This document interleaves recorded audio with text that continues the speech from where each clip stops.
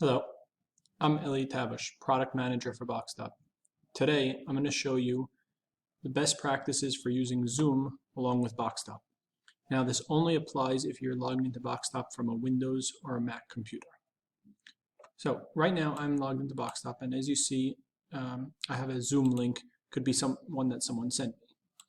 So, rather than clicking the Zoom link directly inside of Boxtop, what I'm going to do is I'm going to copy the link, then minimize Boxtop,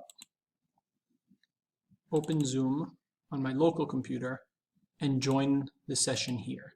And now the reason I'm joining on my local computer rather than directly inside of Boxtop is because the video quality will be better on the local computer than opening it directly inside of Boxtop. It still will work directly in Boxtop, but if you want HD perfect video quality, it's better done locally.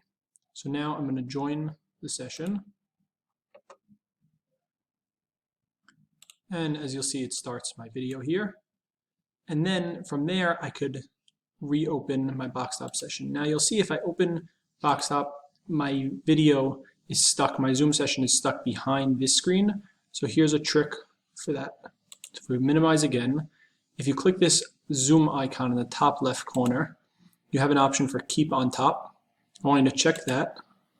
And then when you maximize your Boxtop session again, that Zoom video is always going to stay on top of that.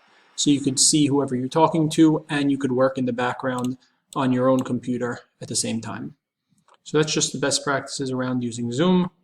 Thank you.